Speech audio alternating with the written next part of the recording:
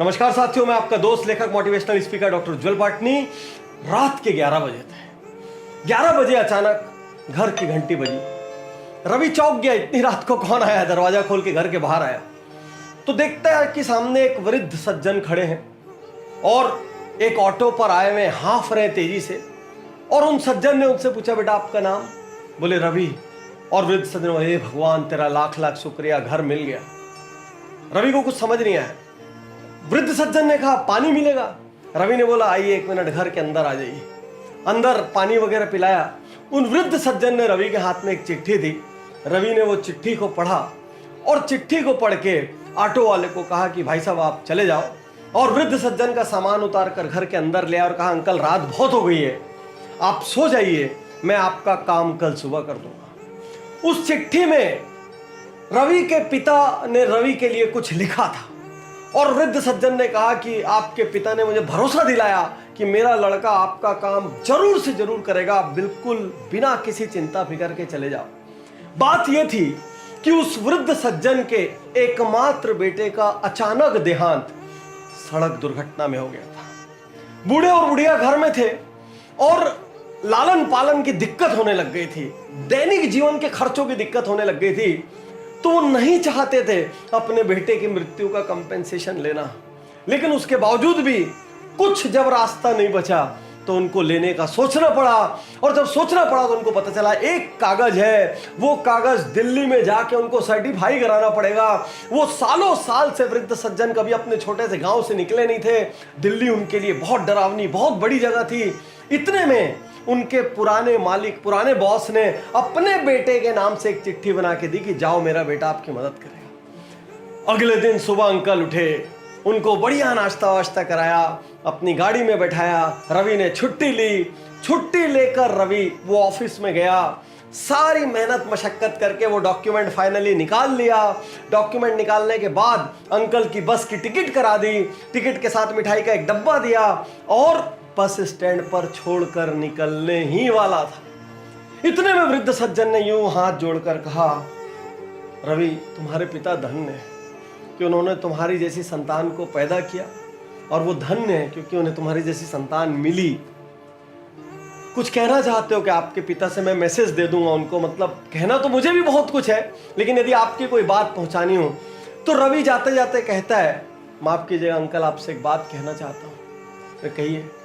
बोले मैं रवि नहीं हूं। तो बेटा तुम्हारे मकान के बाहर तो रवि निवास लिखा था।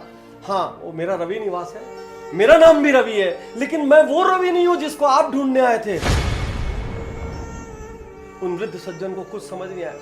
बोले अंकल जब आप रात को आए थे आप हाँफ रहे थे, लेकिन आपकी आंखों में उम्मीद थी कि उनका बेटा मदद करेगा।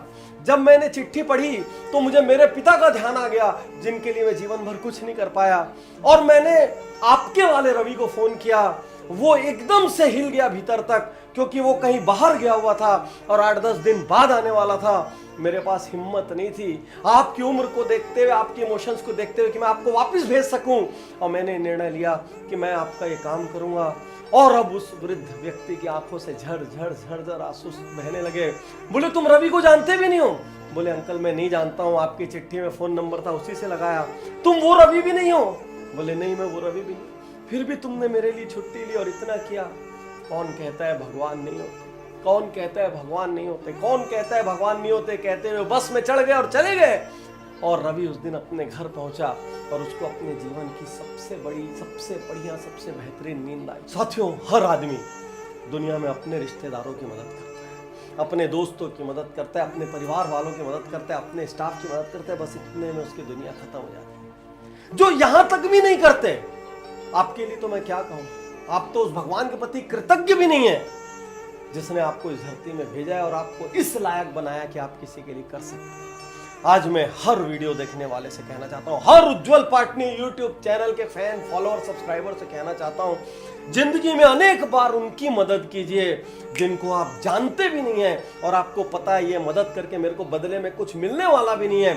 निस्वार्थ, निस्वार्थ सिर्फ इसलिए मदद करना क्योंकि आपको अपने जीवन में आंतरिक खुशी चाहिए। आपको उस ऊपर वाले को उत्तर देने के लिए अपनी लाइफ में, अपने सीवी में कुछ अवार्ड्स, कुछ क्रेडेंशियल्स चाहिए, इसलिए मदद करना। इसलिए मदद करना कि कल आप अपने बच्चों को कहानियां सुना सको, इसलिए मदद करना ताकि आप रात को आसानी से सो सको और आपको अपने इंसान के रूप में पैदा होने पर गर्व हो। याद रखना, ऊपर वाले ने हर किसी को मदद करने की काबिलियत भी नहीं दी। दुनिया में ऐसे हजारों लाखों लोग हैं जो चाह के भी किसी की मदद नहीं कर सकते, लेकिन यदि आप मदद कर सकते हो ना, तो समझना ऊपर वाले ने आपको वीआईपी बनाकर इस धरती पर भेजा। और आपसे ये कहना चाहता हूं, मेरे इस मिशन को भी आपकी मदद की जरूरत है। इस वीडियो को यदि आप 5 लोगों तक पहुंचाते हैं और उन 5 में से एक आदमी भी किसी अनजान की मदद करता है, तो उसके हिस्से का कुछ पुण्य आपको भी मिलेगा। शुक्रिया, धन्यवाद।